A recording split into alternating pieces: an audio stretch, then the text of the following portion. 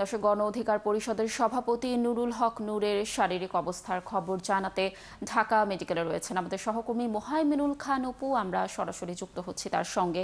অপু, নিশ্চয়ই শুনতে পাচ্ছেন আমাকে? আপনি তো ঢাকা মেডিকেলে রয়েছেন।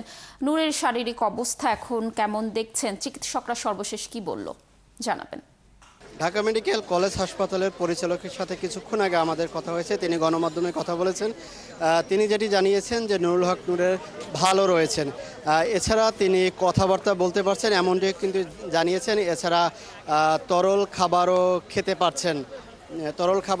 পারছেন এমনটা কিন্তু তিনি জানিয়েছেন। এছাড়া নুরুল হক নূর কিন্তু নাকের হাড় এবং চোয়ালের হাড় ভেঙে গেছে, সেই ব্যথাটি কিন্তু রয়েছে এমনটি বলেছেন, এবং মাথায় যে রক্তক্ষরণ হয়েছে সেটি সেরে উঠতে সময় লাগবে। তবে 11:30টার সময় মেডিকেল বোর্ড একটি বসার কথা ছিল, সেটি দুপুর নাগাদ বসবে। দুপুরের পরে তারা 6 সদস্যের যে মেডিকেল বোর্ড রয়েছে তারা পরবর্তীতে সিদ্ধান্ত নেবেন যে নুরুল হক নূরকে বেডে দিবেন নাকি আরও সময় আইসিইউতে থাকতে হবে। এই সিদ্ধান্তটি কিন্তু মেডিকেল বোর্ড বসার পরেই জানাবেন। এছাড়া দুপুরের পর স্বাস্থ্য উপদেষ্টা যিনি রয়েছেন তার ঢাকা মেডিকেলে নুরুল হক নূরকে দেখতে আসার কথা রয়েছে। এছাড়া অন্য উপদেষ্টা, সমাজ কল্যাণ উপদেষ্টা, তিনিও কিন্তু কিছুক্ষণ আগে এসেছিলেন, নুরুল হক নূরকে দেখে গেছেন, তবে তিনি গণমাধ্যমে কথা বলেনি। এর আগে গতকাল রাতে সাবেক প্রধানমন্ত্রী বেগম খালেদা জিয়ার প্রতিনিধি হয়ে বিএনপির স্থায়ী কমিটির সদস্য ডক্টর জাহিদ হোসেন তিনি দেখতে এসেছিলেন।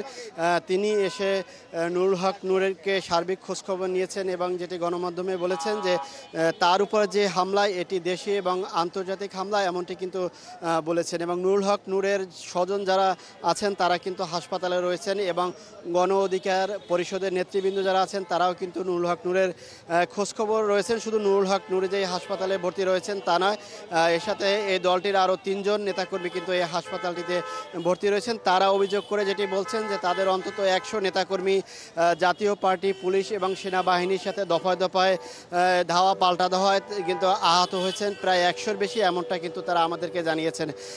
দুপুরের পরে মেডিকেল বোর্ড আবার নতুন করে তথ্য দিলে তখন আমরা পরবর্তীতে নুরুল হক নূরের স্বাস্থ্যের সার্বিক চিত্র আপনাদেরকে জানাতে পারবো। অপু, ধন্যবাদ আমাদের সাথে যুক্ত থাকার জন্য। দর্শক, গণ অধিকার পরিষদের সভাপতি নুরুল হক নূরের শারীরিক অবস্থার সর্বশেষ তথ্য জানানোর চেষ্টা করছিলাম আমরা।